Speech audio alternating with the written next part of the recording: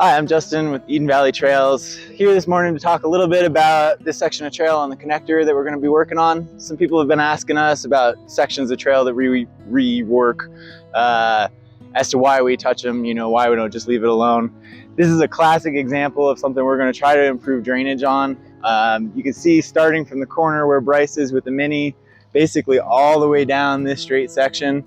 It's one continuous fall line of trail with really poor drainage, which has resulted in it basically turning into a riverbed.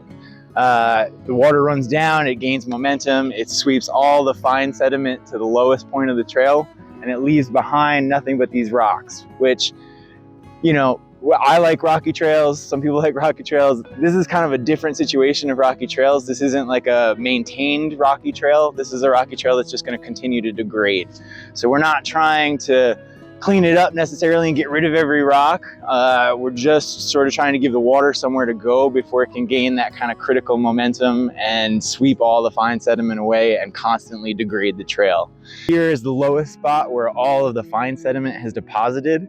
And while this initially maybe was configured as a drain, it's clogged the drain, it's pouring over the side of the trail, and in this instance, it's actually falling down to the next switchback and starting another rip down that section of trail and making that section worse too. So what we're gonna do is try to add some reverse grades.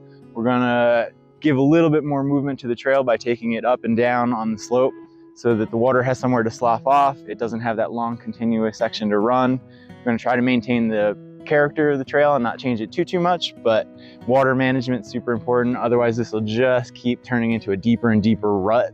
And eventually you'll wind up with, we've all been on trails where the banks are up here right next to you and you're down in a tunnel basically.